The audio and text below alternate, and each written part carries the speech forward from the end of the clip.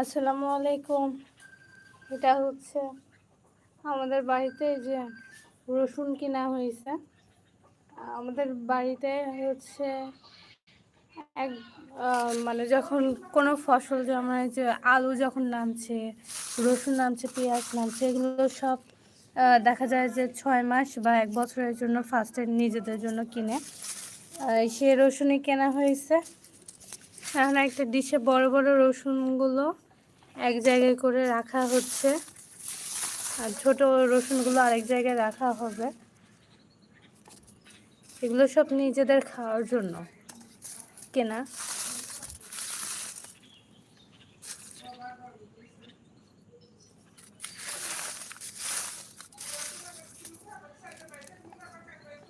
এই যে এটা হচ্ছে বড় বড় রসুনগুলো এখানে তুলে রাখা হয়েছে।